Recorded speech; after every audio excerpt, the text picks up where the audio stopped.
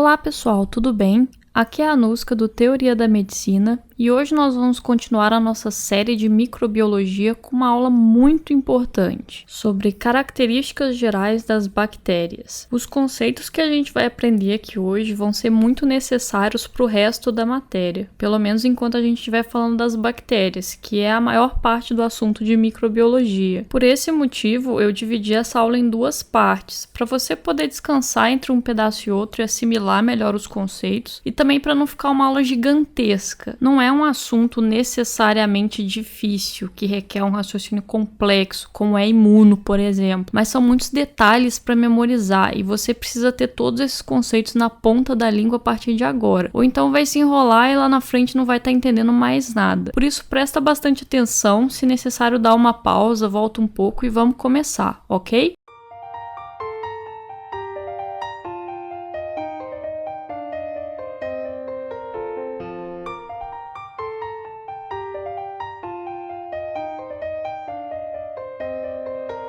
Bom, então hoje, obviamente, a gente vai focar em falar das nossas amigas bactérias. Nas primeiras aulas eu já falei para vocês um pouco de como elas são, mas hoje a gente vai se aprofundar um pouco e aprender conceitos extremamente importantes para o futuro. A primeira coisa que a gente deve falar sobre elas, e é algo que eu já repeti aqui pelo menos 2 vezes, mas vale a pena lembrar, é que elas são seres procariontes, ou seja, não possuem organelas membranosas como o retículo endoplasmático, o complexo de Golgi, nem um núcleo bonitinho organizado no centro da célula. Eu ainda vou mostrar mais pra frente para vocês, mas o DNA da bactéria ele fica espalhado pelo citoplasma sem nenhuma organização. E a única organela que ela vai possuir são ribossomos. Isso já vai dar uma baita diferença entre elas e os vírus, porque além de ter uma estrutura um pouquinho mais avançada, tendo ribossomos, por exemplo, ela já consegue fazer suas próprias proteínas e se multiplicar sozinha, não sendo um parasita obrigatório. O problema é que, dependendo da bactéria, ao fazer isso, ela pode estar causando dano no local, mais especificamente no seu corpo, para as bactérias que a gente vai estudar aqui.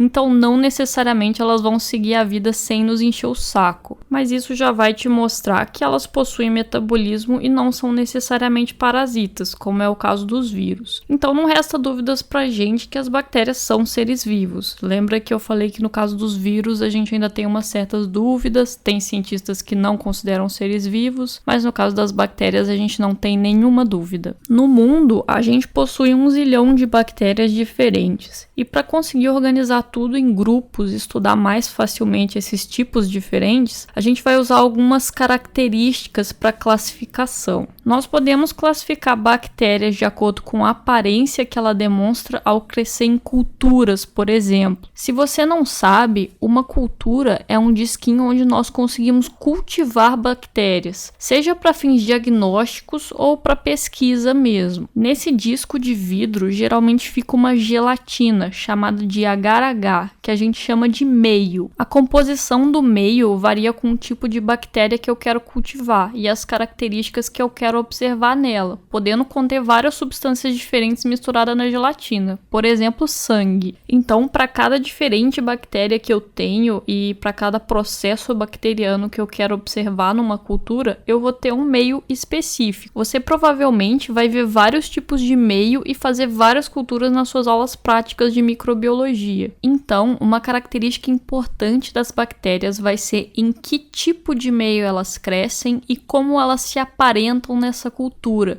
sendo isso uma característica macroscópica, já que eu consigo observar a olho nu. Com relação às características microscópicas, a gente pode classificar as bactérias quanto ao seu tamanho, algumas são grandonas e outras são bem pequenas, também quanto ao seu formato, e eu já mostro para vocês os tipos diferentes de formato que elas têm, quanto à sua organização. E o que eu quero dizer com isso? Algumas bactérias vão aparecer em montinhos, outras vão ficar aos pares, outras sozinhas. Também vou mostrar para vocês um pouquinho mais sobre isso nos próximos slides. Se ela cresce em um meio com ou sem oxigênio, e aí é mais uma característica que fala a respeito do meio onde a bactéria cresce e também é bem importante. E provavelmente a classificação que você mais vai precisar saber, porque é a que mais vai fazer diferença na prática médica, se ela cora ou não pelo Gram. O Gram é uma tintura que a gente joga nas bactérias, geralmente aquelas que a gente fez na cultura, e vê se elas se colorem com essa tinta. Se ela fica colorida, eu digo que essa bactéria é Gram positiva. Agora, se ela não se colore, eu digo que ela é Gram negativa. A gente ainda vai falar bastante sobre isso hoje, então não se preocupe. Então aqui para iniciar os tipos diferentes de classificação da bactéria, vamos falar sobre as formas diferentes que elas vão possuir. Se as bactérias possuem um formato de bolinha, como a gente pode ver aqui em azul, a gente vai chamar elas de cocos. Se ela é mais comprida, como se fosse num formato de estojo, que eu fiz aqui para vocês em verde,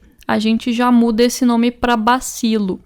E vocês podem perceber que essa linda bactéria Rainbow que eu desenhei aqui do lado é um bacilo também. Quando o formato é algo entre um coco e um bacilo, geralmente um bacilo com umas pontinhas mais arredondadas, como tem aqui de vermelho, a gente vai chamar de coco-bacilo, bem simples. Quando ela tem esse formato aqui mais diferente, compridinha e um pouco torta, como eu desenhei aqui em amarelo, a gente vai chamar de vibrião. Essa aqui com um formato semelhante a um S de laranja, a gente chama de espirilo. E por fim, essa bonitinha aqui que parece com uma cobrinha, a gente vai chamar de espiroqueta. A maioria das bactérias que a gente vai estudar são cocos ou bacilos, mas não pode se esquecer dos outros formatos porque eles são importantes também.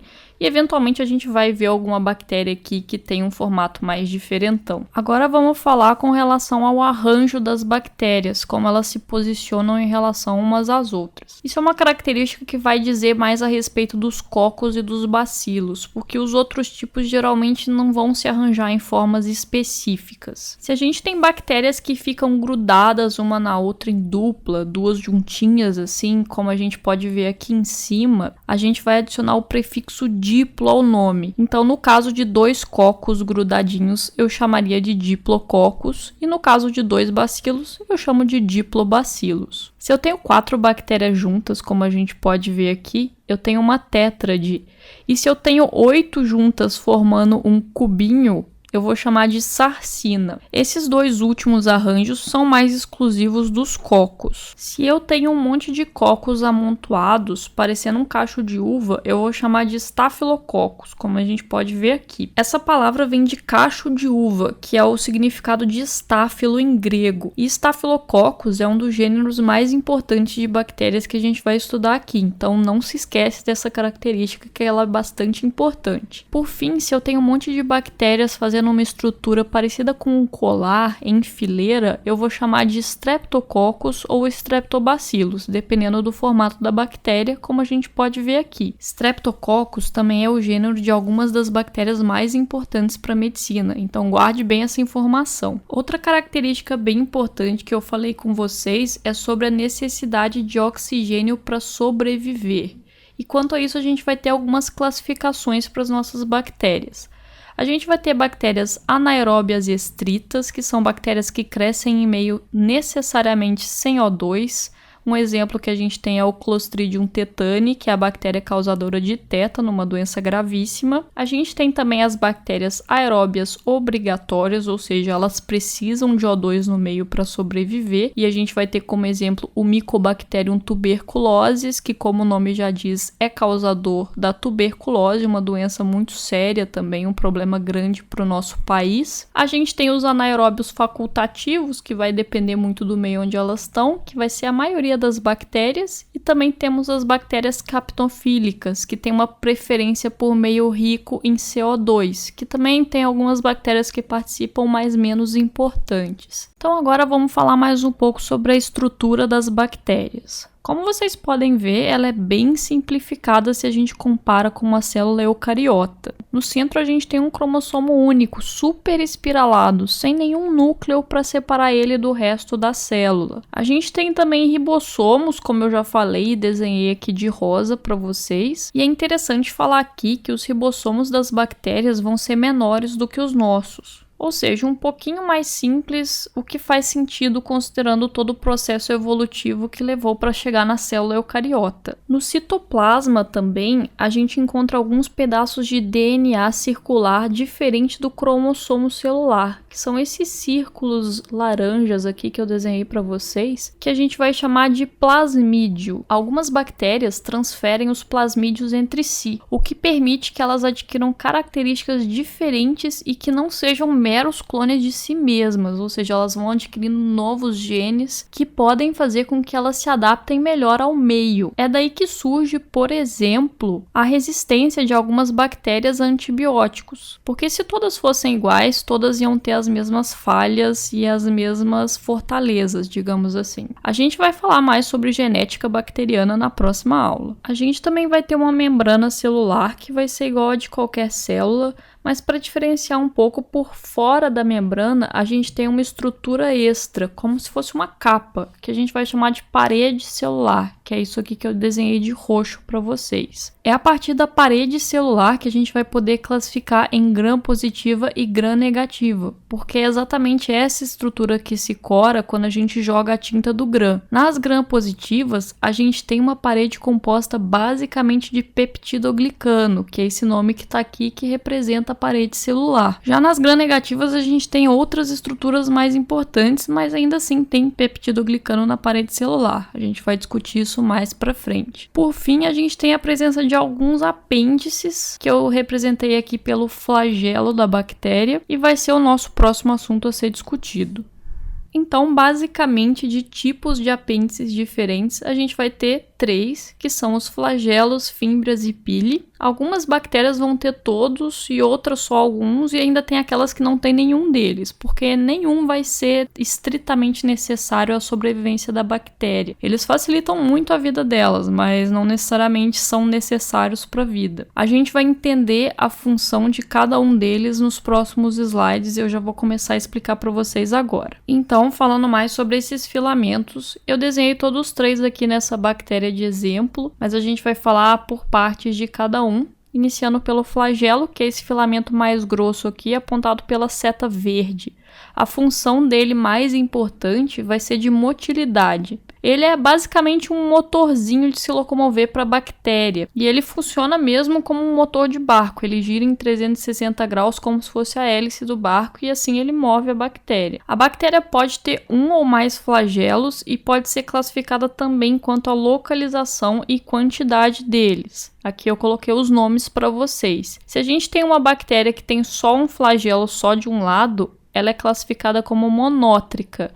E essa bactéria que eu fiz aqui de exemplo pode ser chamada de uma bactéria monótrica. Já se ela tem 2 ou mais flagelos de um lado só, ela é considerada lofótrica. Se a gente tem 2 ou mais flagelos dos 2 lados da bactéria, ela é chamada de anfítrica. E se a gente tem flagelos no entorno da bactéria toda, ela é chamada de perítrica. O flagelo pode ajudar a bactéria a migrar quando ela precisa fugir ou correr atrás de alguma coisa, que a gente chama de resposta flagelar. 2 exemplos clássicos disso são a resposta quimiotática, que vai acontecer por causa de substâncias no meio que a bactéria se encontra, e ocorre, por exemplo, quando a bactéria está num local lotado de antibiótico, que é basicamente o veneno para ela, né? E aí ela pode fugir dali usando seu flagelo. E a gente também vai ter a resposta fototática, que vai ajudar as bactérias a irem em direção à luz e também fugir dela. Porque a gente tem bactérias que preferem se desenvolver em locais iluminados e também tem aquelas que preferem escuridão. A gente também tem um tipo de flagelo diferente, chamado de flagelo periplasmático, que é bem diferente desse aqui que eu desenhei para vocês. Ele só é encontrado nas espiroquetas, que é aquela bactériazinha nesse formato aqui de cobrinha. Eu até botei o desenho de novo aqui para vocês se lembrarem. E ele fica enrolado em volta do corpo dela, seguindo mesmo o contorno da bactéria. A utilidade desse flagelo é invasão de tecidos. Ele faz a bactéria ter um movimento de saca-rolha, que ajuda bem ela a enfiar em algum lugar. Como vocês podem perceber, ter flagelo é uma baita vantagem para as bactérias, mas ele não é uma estrutura essencial, como eu já falei. Um jeito das bactérias sem flagelo se movimentarem é produzir muco e deslizarem sobre ele.